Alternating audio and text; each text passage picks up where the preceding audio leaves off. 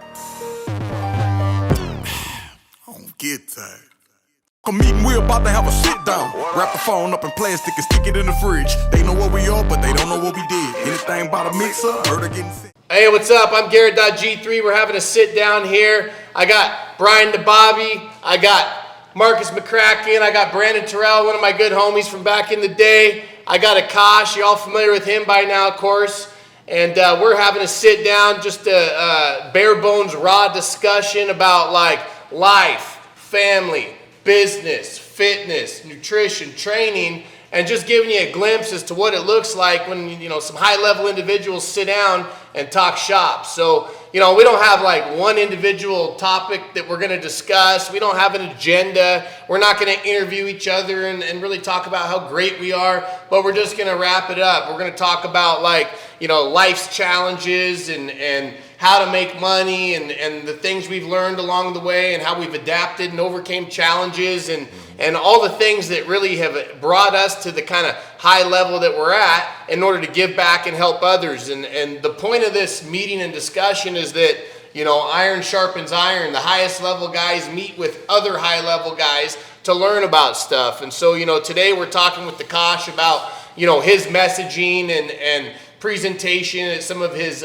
speaking events and online forums and how he can improve. We're looking at, you know, some coaching ideas and systems that I'm in the process of implementing and how we can collaborate on those together. And so just kind of bringing it up. So, you know, first and foremost, I'd like to talk to Brian about, you know, local business, and he lives right down the road from me here, which is great. And, you know, tell us a little bit about your business and, you know, where you're at and your gym and so forth. All that shit. So, yeah, I'm right down the street in Penryn from this guy. And my main business I've had for 10 years is apparel. So fitness apparel. So, you know, the gym industry I've been in my whole life. That's what I loved. I was a fat kid that taught myself how to work out. And I taught people how to transform their body and mind at a young age, right? And was breaking records at gyms. And then I was running gyms as a sales general manager. But I was still broke at the time, right? I mean, 150 grand a year in Cali supporting a family of 6 is broke. You know what I mean? I was working 9 to 9, driving shit cars, missing my kids' practices. You know, big families. We all got big families here. Yeah. So, you know, 4 kids. And I was like, I need to do something for myself. You know, I don't really like, I'm not a fashionable guy. I'm not that fashionable. I'm not into fashion, but I'm into fitness. So how can I fucking make 7, 8 figures, drive the Lambos, drive the Ferraris, get the freedom that comes from the shit? Because the freedom is what I'm looking for. I like nice things, yeah, but the freedom to be with my kids and raise them how I want to raise them, do whatever the hell I want, drop 50 G's on a vacation randomly, that's what I'm looking for. It's nice to drive nice things, but you know that shit goes away pretty quick. Right. So I was like, I'm going to make a fitness apparel line, you know, Till You Collapse is the name of the brand. I had it 10 years and it's kind of evolved. It's still evolving. Mainly women's apparel, but men's apparel as well. And the fitness apparel game is a hard one, man. So it's a rough game, and I'm still learning now. But I scaled that, you know, up to 8 figures, you know, and I lost everything about 5 years before I started. You know, everything repoed, kicked on the street, nothing. 50 grand in debt from that to 8 figures of revenue in a company. And that's local. You know, there's a gym local here in Rockland, you know, and the gym is free to everyone. You can come work out, you just got to wear the clothes, you know, and it's a nice 1,500 square foot gym. Everything's there.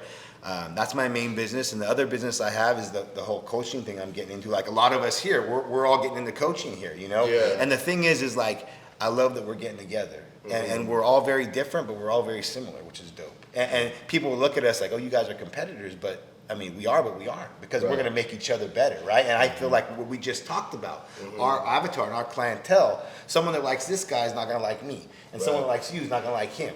And we got to just find who that is and focus and make that brotherhood and help each other level up. So the fitness, the mindset, and the business coaching is something I really love doing. I'm getting into that as well. Then I have a little car rental business on the side as well. I rent out some of my cars, and I have more cars coming in, and that's pretty lucrative as well. Because I love cars; they're a passion of mine. So if I can make a little money. Yeah, for sure. If I can make money and have more. Well, you figure that out. Let me know. I just stack them up in there. Yeah. Well, the thing that's hard is separating them from that personal connection to it. Just thinking of business and like if it gets fucked up, it gets fucked up. You know, that was the hard thing. Another thing, another game that I'm getting into that I don't speak on much is a mushroom game. Psilocybin. I saw that. That's the next industry. So I'm kind of in that industry as well. Microdosing has been huge for me, and a lot of people around me have done it, high successful people, as far as for the mindset aspect of stuff, and that's a huge industry that I'm interested in as well. So that's a little bit about me. Well, I'd like to take a quick second to interrupt here because I think it's important. You said one thing that I keyed in on, and that's, you lost everything. Yeah. And then you had a successful business, right? And then, I think if you interview all of us, hardship's been like the commonality in our life, right? Essential. Yeah. It really is essential for success. And so, think about working out and Akash and the success you've had putting on 30 pounds of muscle in 30 days and some of the crazy transformations. If you guys don't know about that, we'll talk about that later too. But, some of the things that we all have in common are hardship and, 5 steps back in order to get 6 steps forward sometimes, or even back to par at 5 steps, right? And so, like Brandon, he spent the better part of the last decade locked up and got out a year ago and has had great success and really, taken the level of incarceration that he experienced and use that as a tool to give back to other people. And so, we could circle the room, Marcus, he'll share his story, but it's interesting to me how everybody has this story of like hardship, redemption, success, 100%, right? absolutely. And people always ask me like, well, geez, how did fitness, what the fuck's fitness have to do with all this, right? And it's like, well, when you had hardship, you had to go back to the basics, to the hard work, which your mind and your body are so interconnected that's the foundation, right? So, pretty interesting stuff, You can relate anything to working out. I mean, I know I do. It's like it takes having to fail, having to break shit down, and it's fucking hard. I mean, everything is hard. The more you fucking can accept the suffering and the adversity, the more you can grow. The more you can learn to, handle the throes of success, because the more successful you get, the more shit's gonna start coming your fucking way. You know what I mean? I think I love when Brian talked about, like, he wanted freedom. Like, you're talking about financial freedom. I think every person, at least normal person, could relate to that. 100%. But like, if you need freedom, that means you're feeling like you're in prison. And so for me, like, I spent over a decade in prison, so I know what it's like to have to fight for your freedom. Yeah. I worked with over 50 guys who were serving life, and I helped them come home. Like, they're free because of the coaching and the work that we spent. Hell yeah. But like, I think everybody went through a prison of their own, whether it was a physical prison or not. I know all of us have been there. Yep. And it's like, what are you willing to do as a man to get out of your prison? 100%. I love Jocko. He says, he got the saying, discipline equals freedom. Oh yeah. And I think going back to what you're saying, working out, right? Like, that is the easiest form. I mean, bro, when we were back in the day, like, what was the easiest way to get focused and run a tight program? Same way, Get in the yard, right? And so that's the easiest way. Push up, superset with squats. Yep. 50 and 50. Let's go. Go back to I the still basics. do that. Yeah, go back to the basics. But that's what I love about Yeah. you guys. Like, you guys are a group of guys that are trying to get people out of their own prison. For sure. Absolutely. Trying to get them that freedom. yeah. My prison was weakness. My entire story is just trying to figure out how to come up on the inside. I was trying to win the internal game of life. At first, started off just getting bullied in school. Ended up getting myself built, so that stopped. After that, it was like, how do I make money? Getting out in the big bad world, I'm like, all right, I'm not gonna go to college and become like a doctor, lawyer, engineer, but I want the nice things of high income. How do I figure that out? Right. You know what I mean? Long story short, ended up growing and scaling a coaching business, a fitness coaching business, which evolved into life and mindset coaching. But throughout that process, I was always trying to break out of these internal prisons. Like, once I solved for one thing, something else would come up. And at the end of the day, I was trying to just figure out how to be happy. And I found out the spiritual path. And what I mean by that is not anything religious, but you should feel good all the time. I really do believe this. Not that we don't experience negative emotion, but I was always trying to figure out, like, how can I be moving in a certain type of way, a high performance way, that I can always be feeling good even if I'm experiencing a negative emotion. And that's the main thing that really hit me to my core and that I teach to people, because it unlocks the highest performance, it unlocks the dopest body, it unlocks the biggest bank account, it unlocks the awesome relationships, the girl of your dreams, the man of your dreams, having the life and freedom you want, because everything's going to be an extension of you. Right. So if you can feel good 90% of the time and figure out that equation for yourself, which is what my program's all about and I built it around, if you can feel good about yourself, you can solve for every other problem in life. Your life is an extension of you. So if you're feeling good, your external world is your internal state projected outwards. And I think that's the main key to life right there. Figure out how to feel good all the time. And that's a big thing. Where focus goes, energy flows. So if you're always focusing on the negative shit, having no money in your bank account, having a fucked up body, like you look at the bad stuff, you're gonna produce more bad. If you look at like That's who all you they could do. be. That's all they do. Exactly. How about look at you fucking woke the fuck up today? Right. How about look at that? Right. What the fuck are you gonna do with this day? Right. Like you have one fucking chance. Take this opportunity in your fucking life. Do everything you can in every moment to do your absolute best. If you do that, you will inherently have a good life. But if you take fucking shortcuts and take the easy way out and do stupid shit, yeah, you're gonna have a shitty life, dude. And the thing that we all have in common with what you guys were talking about earlier is, yeah, we all got knocked down. Yeah. But what did we do about it? We got the fuck back up, we dusted ourselves off, and we kept going. A lot of people get knocked down, and that's They it. just stay down. Most people do, Yeah, actually. yeah. Well, we also, I think we live. Someone asked me, Brandon, what do you think our country's biggest problem is? I said, it's easy. He says, it's that easy. I said, yep. He said, what is it? I said, it's a lack of good men. Like, Yeah. if you look at America's biggest problems, whether it's the debt, how much welfare do we give out? Yeah. Right? Why is that? Well, you don't have men providing for their families. 100%. Right? Like, look at the leaders, look at the problem is the lack of good men. Number one. Right? And I think agree.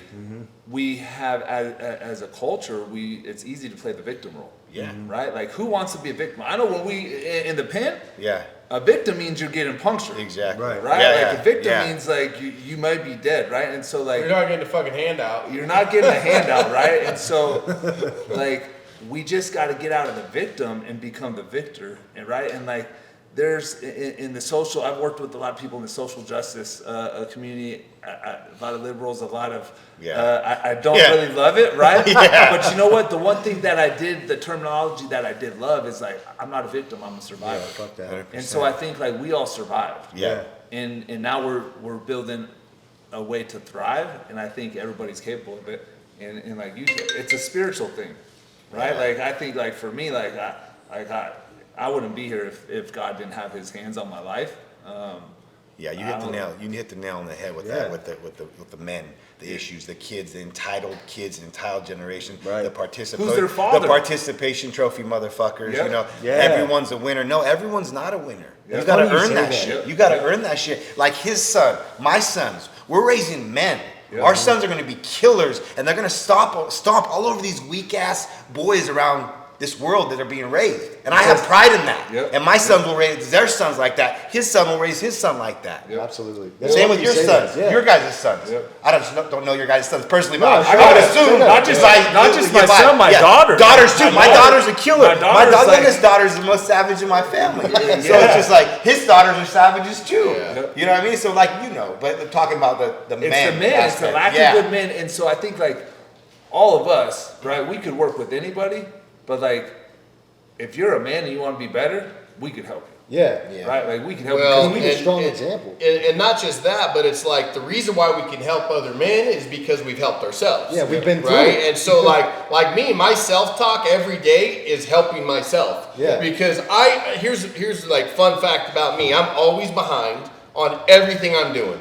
Right? Like I have Same, a list of same, shit same. that's more than I can handle. Yeah, for And there's no possibility as one dude or even a team of motherfuckers I can handle the items on my list Yeah, every yeah, day. yep. I can't do it. And so, well, what do? The best that I can, right? And is it good enough? Well, sometimes it's not, right? But overall, when I step back on a fiscal year or on a quarterly review of like, what am I doing, right?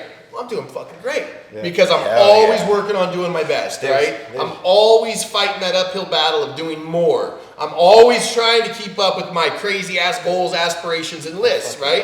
And so like, but I live in this constant state of like, oh fuck, like I'm behind, I'm late, I gotta be there on time. But it's because I'm stacking so much living into a short amount of time during the day that Yeah. I'm behind, resonate with right? that. But I live like this, and I try and get comfortable with the fact that this is my reality because, like, it's how I produce results, right? Like, Gage sometimes will do 3 practices a day. You know, I'm literally eating a meal prep, driving down the road. Yeah. I got my knee here, I'm know eating that. here, I'm Yeah. running the mute button on the dash, I'm fucking Hell talking to yeah. him about something, Yeah. right? I'm in a gym on a Zoom call, like in a corner, running the mute button, pretending I'm out at a boxing match, right? Like trying to keep all this shit together, right? And it's like, I could just as easy be like, well, that's hard.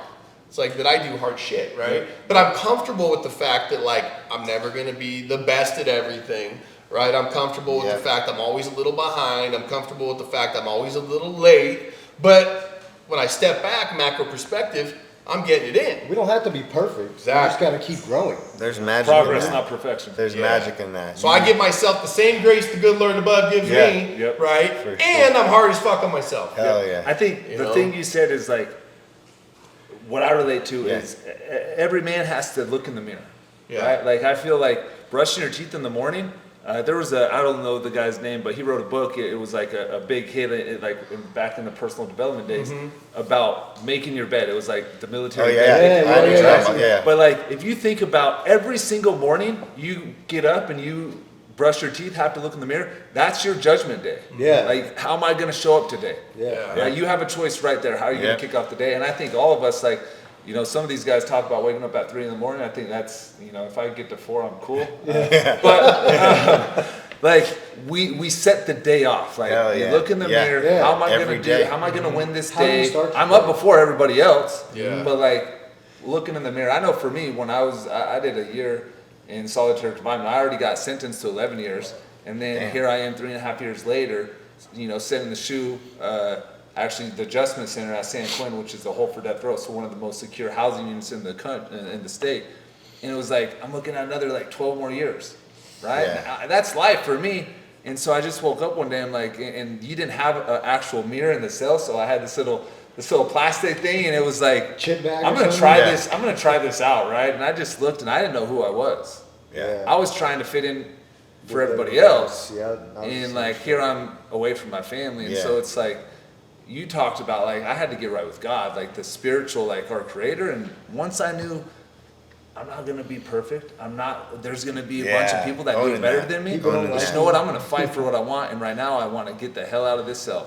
Focus on right? But I had to look in the mirror, and I had to get real with myself. Yeah, I resonate with that, G. That's one thing. Sorry, go ahead. That's one thing I try to express to all my clients. It's like, dude, when you wake up in the fucking morning, like if you are not proud of that motherfucker that you're looking at, if you're not like. If you don't respect that guy, you are not going to go through the day like somebody who does. If you look in the fucking mirror every day and you're like, dude, that's the best version of me, you're going through your day like a fucking savage. Amen. You know what I mean? Yeah, I gotta circle back around what G said. You guys listening to this, so I resonate with it a lot. I got 4 kids in multiple competitive sports, 4 companies. I work out 3 times a day myself, on top of keeping the house together, and I'm the same exact way. My list is overextended, right? And the thing is, all you motherfuckers out there, you're trying to be uncomfortable where we're forcing ourselves to be uncomfortable. Right. Pressure. He has pressure on him every day. Pressure is a privilege. You guys are looking for comfort. You're looking to go away from the pressure. Successful motherfuckers like us, we run towards it. We thrive off it. And even if he has a huge list, he's shooting for the stars. He's ending up on the moon. Yeah. Growth comes from you can't like growth doesn't come from comfort. You got. And that's on a daily basis. That's not just once in a while. Every day we got pressure on us. I like to say that I've lived in a state of fight or flight for so long that I don't feel comfortable with just like, you know, I don't. When I go on vacation, it takes me 4 or 5 days to disconnect, right? Then I feel hella weird for like 3-4 days not doing anything. And then I start to get used to it. And then when I come back, I'm like, I feel like such a bitch because I'm so far behind on it. I'm like, I don't even want to go on vacation. Every time. Like, I'm just like, I tell the family, can I just like stroke a check and you go? Like, because it's just such a hard thing for me to do, right? And it's like, you know, but all these strengths I have are also all my weaknesses, right? It's like your Rari out there, right? Like, all the things that I love about that car are also the things I don't like about it, right? Like, it's uncomfortable. You can't fit groceries in it. It's loud as fuck. You can't do conference calls in it, right? Like, you can't do a lot of the things that are limiting with that vehicle, but it's also all the things I love about it. It fucking hauls ass. It is loud, right? Like, you know, so it's like all the things that make me good at certain things are the things that make me bad about others. 100%. But it's like being okay with that, and you own it. I own it too. Like, I suck at so much shit. I'm good at this many things, and I'm a killer at this many things, and that's why I'm where I'm at. Stop trying to be good at everything. You can't be good at everything. Everyone's trying to act like they're so good at so many things. You're not. Own what you suck at. forget about it and focus on your strengths. Everyone's trying to make everything their strength. You're never going to do that. Yeah. And all your energy and time gets wasted doing that. So it's almost like the things that you're really not good at, just give up on them. Yeah. Right? Yeah. Like, and Delegate it. outsource, delegate, 100%. and find people that are better than you to Yeah. like support you in those 100%, things, yeah. right? Collaboration. Now if you suck at like staying in shape, like that's a non-starter. You gotta fix it, right? yeah. That's a Like, discipline yeah, issue. if you suck at like stopping to drink, you gotta stop like and chill out a little bit, right? So there's certain non-starters, but as a general rule, play to your strengths, not your weaknesses, right? And then find other people and surround yourself with those people Yep. that can like accommodate the things that you're lacking in. But everybody wants to surround themselves with weaker people to make themselves feel better. Like, I try to find people that are fucking better than me or like the smartest motherfuckers so I can be around them and have them doing the shit that I'm not good at. Right. That's the best way. I think I like to, as a believer, like if the devil can't get you to sin, he's gonna keep you busy, right? If the devil can't get you to cheat on your wife or burn your homeboy, whatever he the ways he normally works, he's just gonna keep you busy. Yeah. Because if you're busy, you ain't gonna have an impact. And I Yeah. think like listening to us, I know we're highly productive dudes, but it's areas we could get better at. And I think that's where like Always. we could acknowledge it. 100%, Right? And, yeah. and I know for me, like 4 kids, one on the Yeah, way. yeah. Producing documentaries, building a foundation. Going back to the prison, like just Yep. doing everything I can. It's like I don't know how many times like I got a to-do list.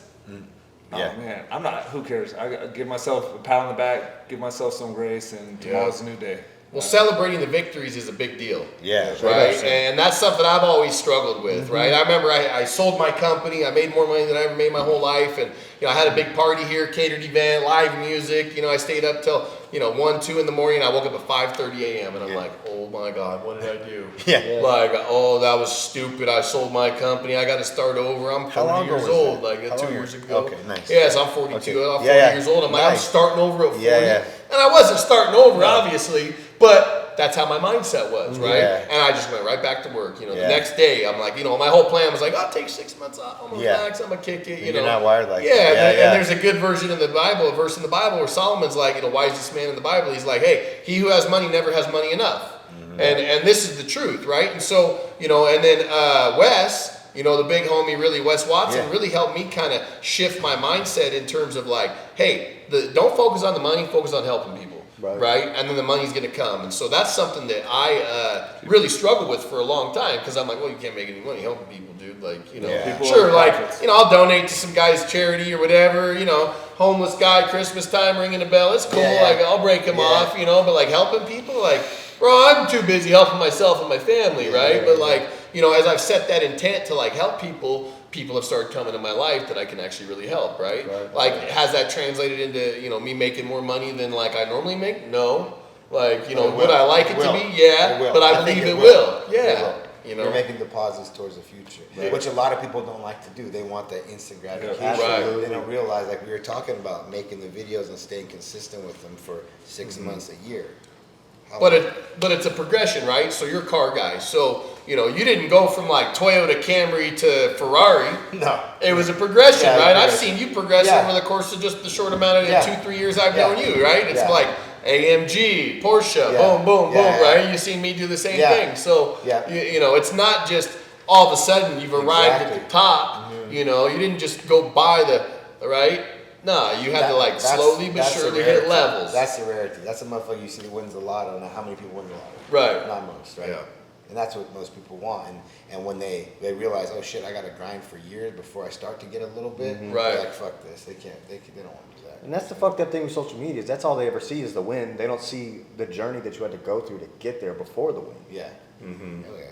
Which I think that's important. That's why, like, you see Akash, he posts at 5 a.m. doing push-ups, right? You see Marcus post the meals, he posts the macros, right? That's why, like, the other night when Gage is wrapping his hands, he's literally in the truck eating, wrapping one of his hands while he's eating between practices, right? And he's 7 years old, Seven- right? yeah. 7 years old, eating cold sweet potatoes and turkey like a G. I love that video, bro. I love that. Most Oh, yeah. kids won't even eat that. They want fucking pizza and hot dogs. This kid's eating cold, fucking healthy food. Yeah. Wrapping his hands and the truck's bouncing, boom, Yeah. because schools and roads, baby, Yeah. our tax dollars at 45% Yeah. ain't done it yet, Yeah. like, Crazy. unbelievable. Yeah. That's a whole nother topic. Yeah. I Man. know I'll she just never jab right realized in it. there. They're bad, bro. I actually never realized that was a thing, that people needed their food to be microwaved. Like, I thought that was just normal to eat cold shit. Yeah. And then I saw your video, I'm like, holy shit, that never clicked. Yeah. Oh, because I'll be with top level guys, and we got meal preps in the Yeti. I got mine in the car and right they're like, well, can we stop at 7-Eleven? Yeah. I'm all, huh? Yeah, they don't get it. The like, fuck, like bro? I've eaten cold fish with goo on it. Yeah. 10 hours old, I'm still eating it. Cold ass tilapia and asparagus with fucking goo hanging. I'm like, wait a second, Yeah. we're gonna stop at this 7-Eleven. We're gonna get jacked, bro. I'm not heating up my. Yeah. Hey, but real quick, let's talk about morning routines. Let's talk about morning routines real Yeah. quick. I'm like, you mentioned I do the push-ups at 5 a.m. You know what I mean? I like to wake up 4:30, get right with God. I have this whole morning process. I've heard some people, I want to hear from you guys too, be like, oh, you should just be able to wake up and just straight to go. work? And just go No, straight to fuck work. that. Go straight to work. And I'm like, okay, sure. But like for me, I like consistency. And I know for sure there's about 7 out of 10 days that I wake up just feeling like shit. Absolutely. Negative thoughts, don't feel good, just feeling weak-minded, all that stuff, the whole nine. So I have a strict morning process that I go through and that I teach in my programs and design for other people based on what their needs are. But I have one for me. And it takes about 2 to 3 hours every single day. That's why I wake up so early at 4:30 and I go through that morning process. And it really puts me at a high vibrational state. I do something for my mind, I do something for my body, and I do something for my spirit. Yep. You know, for my mind, I'll do personal development, visualization, focus on my future while I'm on cardio. You know, for my spirit, I'm meditating while I'm in the sauna. I'm always supersetting it with something physical because that's my natural strength. I'm always a big physical guy. And when I'm working out, you know, I'm doing that just for the health of my body, and I look good and I stretch and I do that whole thing. And then after my sauna, I'll go outside and I pray. And if I do those things every single day, it puts me in a very high performance state. Right. So what do you guys have to say about that? Is there value in having a morning routine? Should you just be able to wake up and just go at it? Or and what are some of the things you guys do in the mornings? No, absolutely. You have to have a morning routine. I mean, most people need that shit. I know I depend on it. If I don't wake up and do my morning run, as soon as I wake up, I'm tired. If I don't wake up and do my meditation, I'm not thinking straight. If I don't pray, I'm not aligned with God, and I'm not feeling, you know, how I really should be feeling spiritually. I have to do all these things in a certain order every day, and it sets me up to have a really successful day all the way through. You know what I mean? I mean, yeah, because like, don't get me wrong. There were times I remember when I had my supplement company and I was doing real estate investments where I just woke up and the phone's just exploding and I'm just on the treadmill on the phone call for just 2 hours straight, going right into Zoom meetings, analyzing ads and shit like that. Like, to a degree, the argument can be made that, like, all right, if you're just busy enough to keep you engaged, you won't even like deal with any of this negativity thoughts or anything like that could be happening. But what I came to find is, like, on the days where you don't have that, if you don't have a morning process, which is why I just think just waking up even earlier before people call you and doing it. Sure. Because that way I don't have like fucked up days when I don't have enough going on, let's say per se that day, to where I'm just like feeling weird if I just wake up and wing it. I You keep know? my phone off for the first 2-3 hours that I'm awake every day anyways. I think my wife, she's one. She goes like this when it comes to her routines and discipline. She's highly effective, but she's highly effective at everything she does. And so when I waking up at 8:39 or whenever she wakes up, right, and then rolling over to the phone, like, that's not effective. She's like, yeah, but it works for me. I says, yeah, but what are all the things that at the end of the day you say you can't do or you didn't get to, that if you woke up at 6 you'd be able to accomplish? For me, like, my grandfather instilled it to me, like, early bird gets the worm, right? Like, that's just how it was. And so even in my party days, like, I was the guy that was like up at 6 a.m., right? Like, pounding them back and cleaning, right, while everybody else is sleeping, right? But I didn't want to lose any seconds of the day, so I'm gonna like have fun through the whole day. But in prison, like, I had to wake up at 3 a.m. because if I had a cell phone in the cell, I had to use it at night, but then I had to get rid of it, first thing in the morning. So like I'm like up, and then it's like, well, I'm up. So I kind of like fell into like learning how to be productive super early in the morning. But then I realized, like, dude, I'm up before everybody, right? I'm thinking, my mind's going, my body's going, and it's a small win, but it's like a huge victory at the end of the day, because come 9-10 o'clock at night, when everybody is normal Just people waking up. or like just waking up or feel they're getting the groove of things, I'm going to bed. And I think it's important to just start the day off with the victory. And everybody's different. I think there's days where, like, if I could get to 6 a.m., like, I'm like, okay, that was cool. It was, my body needed it, but I'm still effective. But You I know, think like- you're right. Like you gotta do something for your mind, body, and your soul every Because morning. like when I was coming up and I had nothing going for me, which is a lot of the people I work with, they might just work a job or they're trying to come up and do something. I think that's the perfect place to start, right? When you're starting off, when you're waking up early, you're getting those early wins, you're working on your personal development, your mindset, and you're building your body and you're building your disciplines. Like you're racking up hella wins knowing you're doing things other people ain't doing. That's enough to get the momentum going if you don't have anything else going in your life yet. Like people are trying to get into business or figure out how to leave their job or like just level up in life.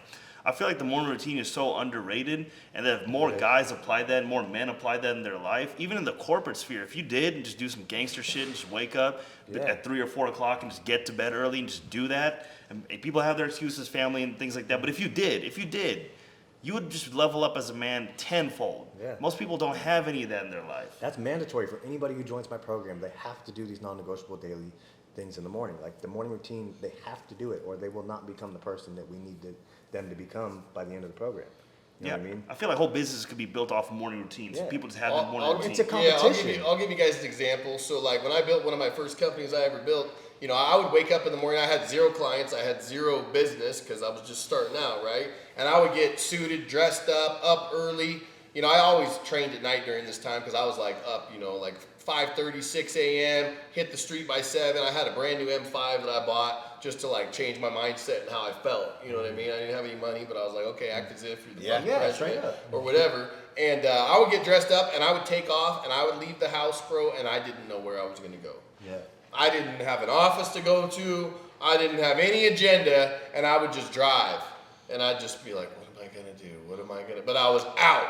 I'd hit the streets, like Tupac says, First I hit the block. I'd be up, and I had my cufflinks on, and I was driving, and I'm like, man, where am I going? At the time I was doing mortgage loans, right? Yeah. So like, I'd see some guys out at the job site, pull in and stop, get out, and just start rapping with people and see what's up. But I had no agenda, no schedule, no calendar invites. This is before Zoom calls and before everything. I'd just be out, just hitting the block, like, what are you doing? Well, I got business cards and I'm looking fresh. Yeah. Like, what's up? And that's what I did.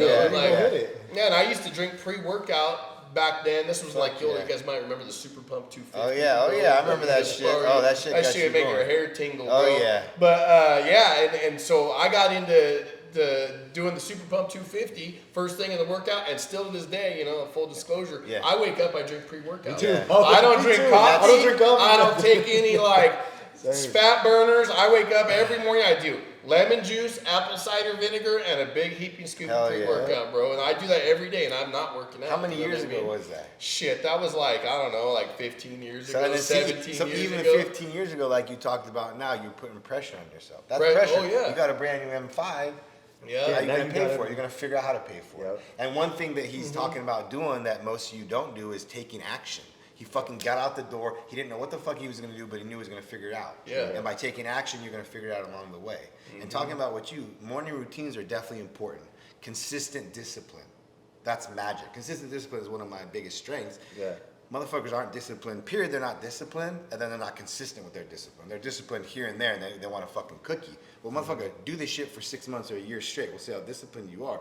So for morning routines, they're different for everybody. Right. I make sure all my clients have them. I try to figure out what their lifestyle is, what their schedule's fit it like. into their But schedule. it needs to be a consistent morning routine that works for you, that gets you primed and ready, your body and your mind ready for the day, to attack the day, right?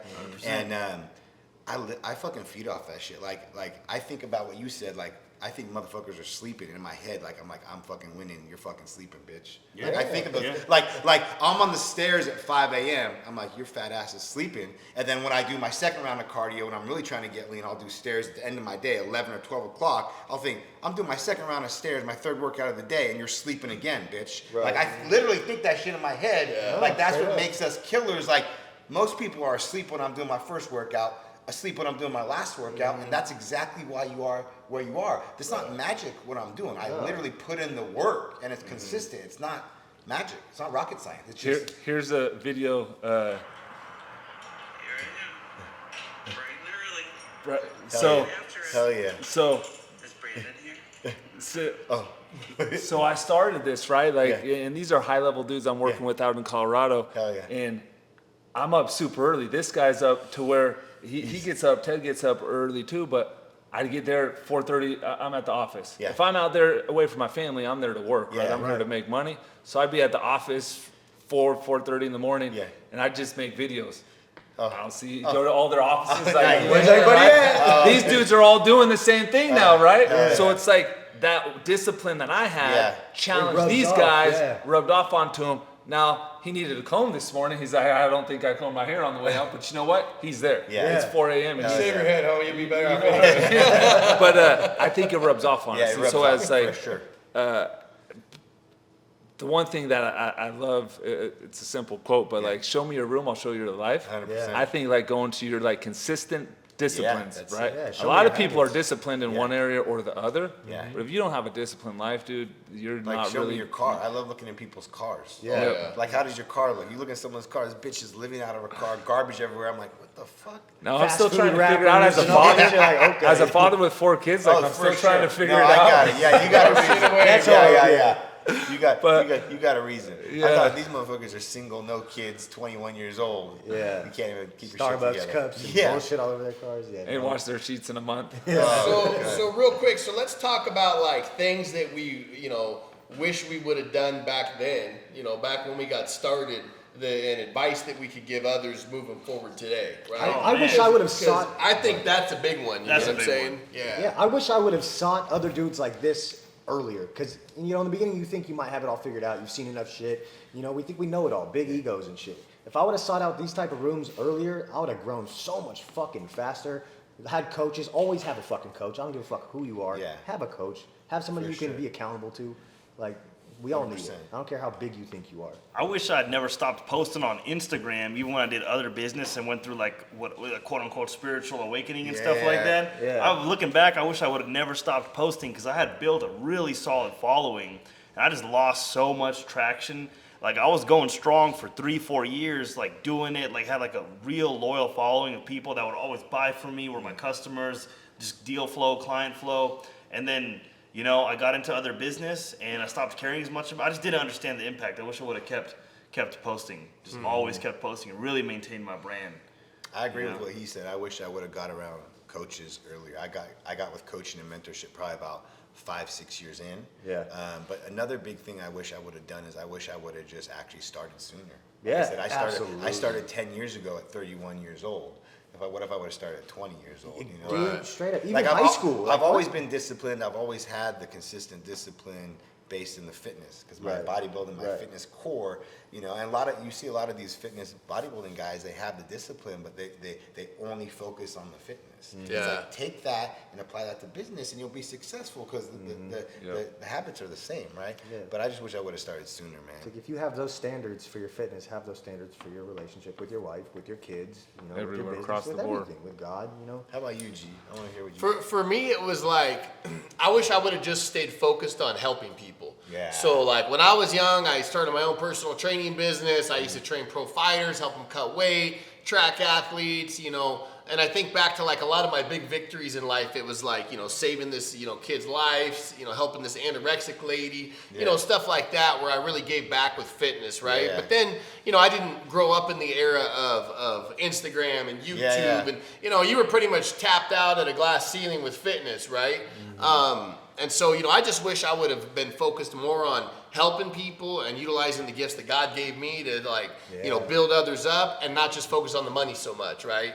And then, when I lost everything in 2008 and then I was forced to start over again in 13, 14, I went back to just like making money, right? Like what's the fastest way for me to like provide for my family Yep. and handle business Same, yeah. and get back up on top. And Yep. so, that was a good mindset and it served me pretty well, right? But I wish I would have like maybe taken a little slower road and been more focused on like, how do I just give back, right? Like, maybe I should have taken a year to write a book, Yeah. right? Maybe I should have taken a year to like, do these things to like give back and tell my story and do a lot of the stuff that I'm doing now, Yep. like back then, right? Now, would I be where I'm at to do what I am today? I don't know. Like, I'd like to think so, right? If not better. Yeah, But, yeah. my focus was always a little more skewed towards, how do I kill it versus like, how do I help? And I think that Me if too. I had the how Me do you too. help Yeah. mindset, Yeah. I would have been a lot better off. You know what I mean? But our mindset was, how do we kill it? Because we just lost everything. We were trying to get out of the hole as fast Yeah, as you see possible. things So from a it's different like, perspective. I was in the same, yeah, you know what I mean? Yeah. Like, it's like, so we don't got time to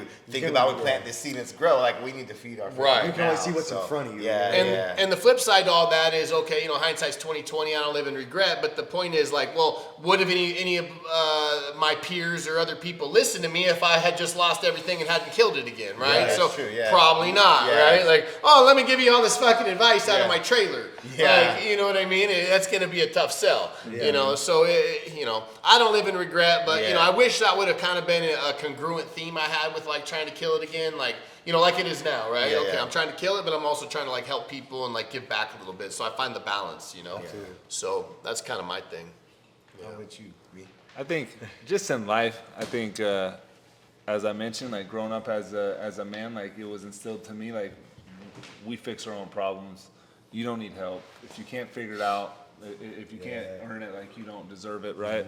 And so for me, like doing everything I was doing before my incarceration, like I was successful, had money, did everything. I was living very selfishly, but I knew I had a weakness, and I was afraid to ask for help. Yeah. And so ultimately, like I knew, like it one, you know, 9 times out of 10, I'd go out drink and have a good time, but that one time, like I just destroyed things, and it ultimately came down to where, because I didn't want to ask for help and look in the mirror and address my issues, like I took someone's life, right? Like I destroyed an entire family because I was afraid of what other men would think of me if I asked them for help. Like, hey, dude, like I can't do this. And so, you know, asking for help. Yeah. Now we call it coaching. Back then, like it wasn't really, there was no such thing. Yeah, there was coaching, nothing right? back then. Yeah. So like, you know, get a coach in Yeah. whatever area of your life you need it. Get a coach, mentor, whatever you want to call it. But there are people that want to help you. Yeah. And And there used to not be, for the record. Yeah, you know, no, yeah. It wasn't like wouldn't it even know is where to look. today. No, yeah, yeah. you know. And like it's weird because on one end, coaching someone is a selfless thing, Yeah. right?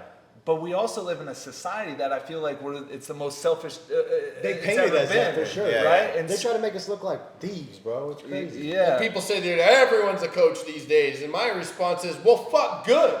Like Yeah. when I was a kid, I Yeah. wanted to coach, Yeah. right? I Like needed that I'd shit. come up to these OGs and they'd be like, "Figure it out, youngster." Yeah. Like, fuck off. Yeah. You know what I mean? But Like, I think, yeah, figure I it think, out, yeah. I think No. the problem back then was it's like they didn't look like us. Yeah. Right? Like if No, you had that's some the dude biggest come thing. in and like in like his suit and tie and That didn't you have can any respect. tattoos, Yeah. right? Like, come on, dude. Right? Like get out of here, right? Like we're gonna eat you up. Like 16 years old, that you come into our locker room, Yeah. get out of here, right? oh, we used There's to fight guys like grown-ass us. men when I was like 16, dude. You Yeah, know, like, exactly. Like we have influence. And Yeah. I feel like it's our job to influence others in good. That's what I need. When I was younger, I needed a jacked motherfucker who was really about his business and, you know, had good, strong morals and that kind of shit. I didn't have that example growing up. I didn't have a fucking dad, so I found, you know, guidance in the streets. You know what I mean? That's where I sought it. If I would have found somebody like me, like you guys, to look up to, that could have, you know, walked me down the path of being really a solid motherfucker and still a savage, you know, I could have had a great fucking life early on. It's a good thing that I did end up finding the people that I did and, you know, getting into this. But if I would have got to it earlier, fuck, dude, you know, I could have probably Here's the good thing. How old are you?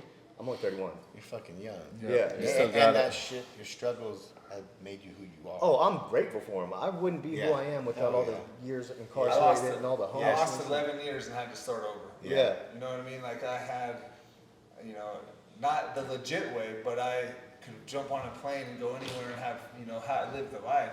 But I lost everything. Yeah. And Yeah. one thing that incarceration did to me is humble me. Yeah. Right? When you have I don't care if you have $1 million, you only get to go $220 a month. You're wearing the same jumpsuit everybody else, right? So at the same time, we were the same dudes, bro. Like, it didn't matter how many bikes or cars or anything we had, we were equals. Everyone's like, look at the picture of the shit I used to have. Like, But it's cool, dog. you know what we did have? We had that discipline on the yard. Yeah. And that's what stood us out. Yeah. And I think that's where it starts right here. For sure. All right, well, listen, I appreciate everybody coming out. Thank you for the game and the insight and the wisdom. It's always real value to have some, you know, high-level guys come out and see me and you know, seek the experience and wisdom that we shared, you know, collectively as a group, but also individually because, you know, remember, iron sharpens iron. when we're having a sit down, you know, it's the dialogue that sometimes illuminates the path that we need to walk on as we go one foot in front of the other. So I appreciate it, fellas. Thank you. Hell yeah, I enjoyed it. Thanks for having us. Thank you. Yeah. Let's go.